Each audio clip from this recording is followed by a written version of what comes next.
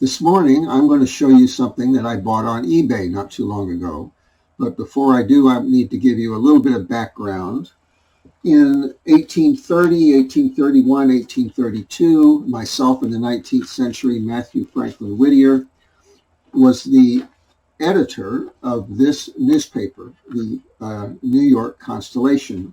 And his editor-in-chief was Asa Green. Well, historians have made the mistake, not knowing anything about Mathew, of thinking that Asa Green was the one that wrote the editorials and humorous sketches and so on in that paper. It wasn't. It was Mathew. So around mid-1832, there was a cholera epidemic in New York. Nobody knew what caused it. And Mathew stuck it out for a while, but I think his future wife, Abby, told him to get out. So at some point, he left New York. I think he went back to Boston, and he wrote, in that next 2 years, 33 and 34, he wrote a series of 5 short novels, which once again, historians mistakenly attribute to Asa Green because they just don't know any better. But those novels were all written by Mathew Franklin Whittier. And one of them was called The Life and Adventures of Dr. Dodimus Duckworth, ANQ. He never clarifies what ANQ means. I'm sure it means something. But that series, it was 2 volumes, and it looked like these. However, what I purchased on eBay was somebody had rebound it into 1 volume, which looks like that. I fixed the spine. It was completely off. And in the front cover, someone had written a long epistle. So I'm going to read that. Whoever wrote this says, "This book was found several years ago in an antiquarian library in Boston and is the only copy, probably, that can be found in New England. There is more human nature shown up in it than any other book known. It is one of those choice books that one does not like to loan to anyone, but any person who is lucky enough to get the loan of it are particularly requested to use it very carefully as to wear, tear, and dirt, and also to carefully keep it themselves, and not take the liberty that some do with borrowed books and lend them to their friends. Also read it quickly as possible and carefully return it." And then someone has put 2, and it kind of looks like BA something. I looked at the handwriting. I'm pretty sure this is not Mathew tooting his own horn. What it means is that somebody else got it. Mathew's work was in layers. The uppermost layer was just entertainment, but he was a philosopher primarily, more even than a humorist, and he wrote humorous philosophy or philosophical humor. And very few people, I don't know what the percentage was, 5%, 2% of people ever got beneath the surface and understood just how brilliant his work was on the deeper levels. Well, this person got it, see, which I think is kind of interesting, and I'm glad that it's in my collection, and if I ever have a little library dedicated to Mathew and Abby's work, I hope it will be in there and will be of interest to people. Now, we're talking 1833. That's when Dr. Dodimus was published. And basically what it is Mathew's efforts to try to understand the psychology of criminal behavior. He was fascinated by criminals, gentlemen robbers and career criminals, and quack doctors, con artists, sociopaths. He wanted to know what made these people tick and how they got that way. He wrote quite a number of pieces on this theme, and Dr. Dodimus Duckworth is a full biography of such a person. And he goes right from the beginning, right from childhood, or before childhood even, before his birth, and tries to analyze how could he have gotten that way. And basically, what he comes up with is a couple, his parents, where neither of them can find a partner. And of course, you're not supposed to be single, in that era. You're supposed to get married. And she's older, and she's pretty neurotic. And he marries her. They kind of settle for each other. But she's quite neurotic, and she takes charge of the family. She wears the pants of the family, and she emasculates her husband. And she spoils young Dodimus Duckworth, see?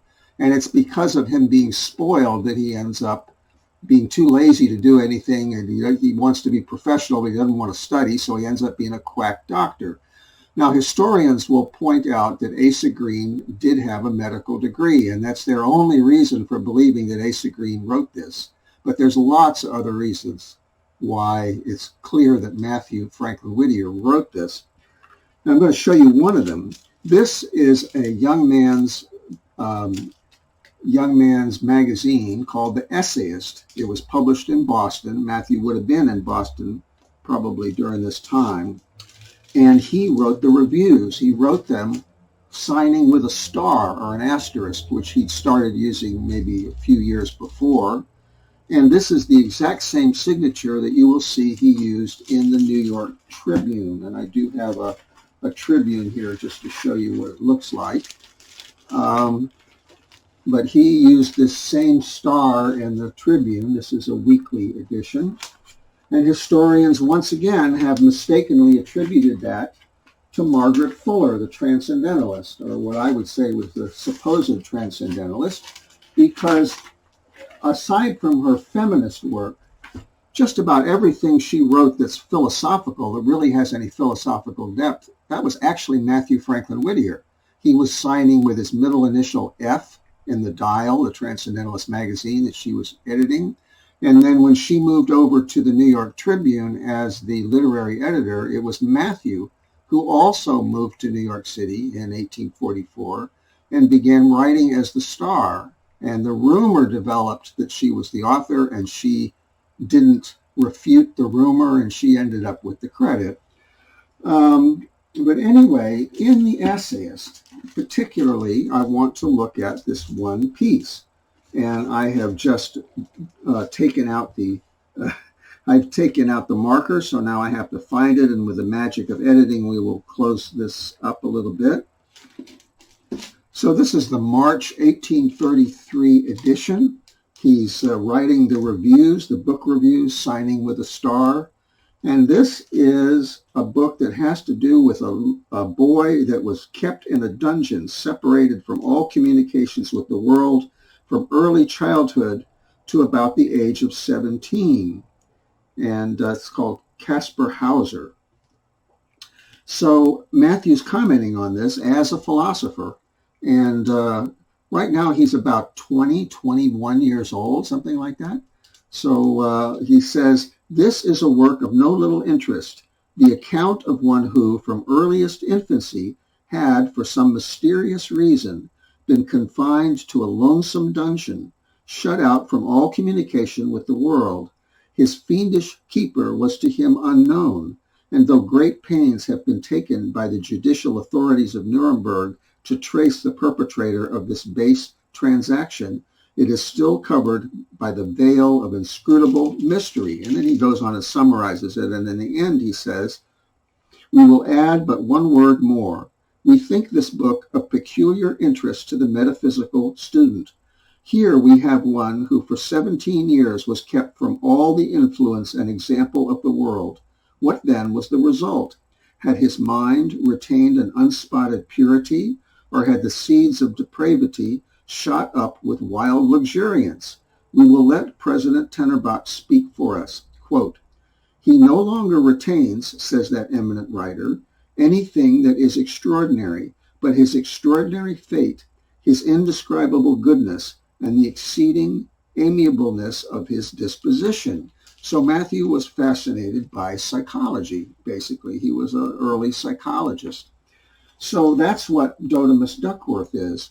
And what we're going to do now is I'm just going to read you a few passages, and you'll get a sense of his writing, and you'll get a sense of what he was interested in here. And just keep in mind that this is really before Charles Dickens was doing much of anything, and that Mathew was a better writer and far deeper than Dickens ever was. So if Dickens ever looks deep, he stole it from somebody, the ideas. Dickens was shallow. He knew how to appeal to the public. He knew how to titillate the public, but he wasn't a fraction of the writer and philosopher that Mathew Franklin Whittier was. So let's see, Matthew's 20 years old at this point. He says, speaking of Dodimus Duckworth's mother, the naturally tart temper of Mrs. Duckworth was not in the least improved by the condition she was in, which is to say pregnancy, and she did not fail to take advantage of that condition to draw largely upon the attentions and patience of her husband. She found it convenient to suffer a great deal of ill health, and thus suffering to require an uncommon share of compassion, kindness, and devotion on the part of her other half. I say nothing of the fainting and the hysterics. I make no estimate of the expense of hartshorn, camphor, asafoetida, and burnt feathers, of which last she is reported to have used several pounds during the period of this important gestation. So basically, he's painting a woman who's pretty severely neurotic and controlling. So then we move forward a little bit. He's been born. Few children have ever enjoyed more of the milk of maternal kindness than Dodimus Duckworth. In other words, she's very late in weaning him. There being no younger stock to come between him and his mother's indulgence, he was supported at the breast until he had grown to such a height that his feet touched the floor, as he sat in her lap greedily drawing from the milky treasure. It is said that he was not weaned till he had completed his 7th year. However this may be, certain it is that he had begun to talk pretty plain, and could make his wants known in other language besides that of crying.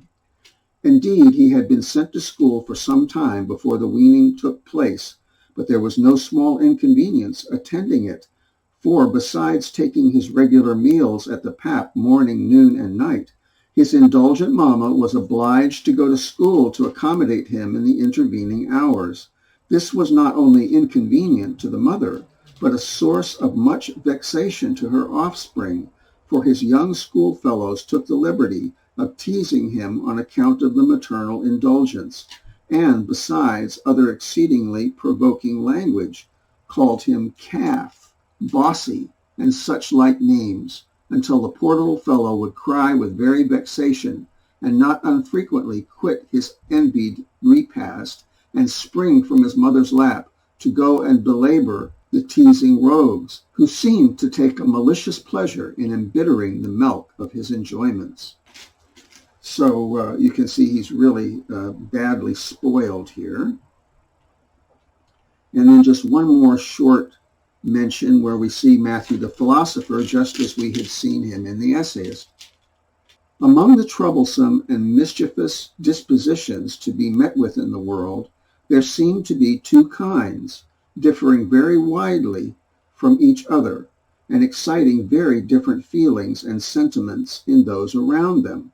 The one, from a certain ingenuity, waggishness, and sly good humor, will often gain for its roguish pranks and unconscionable capers a degree of admiration.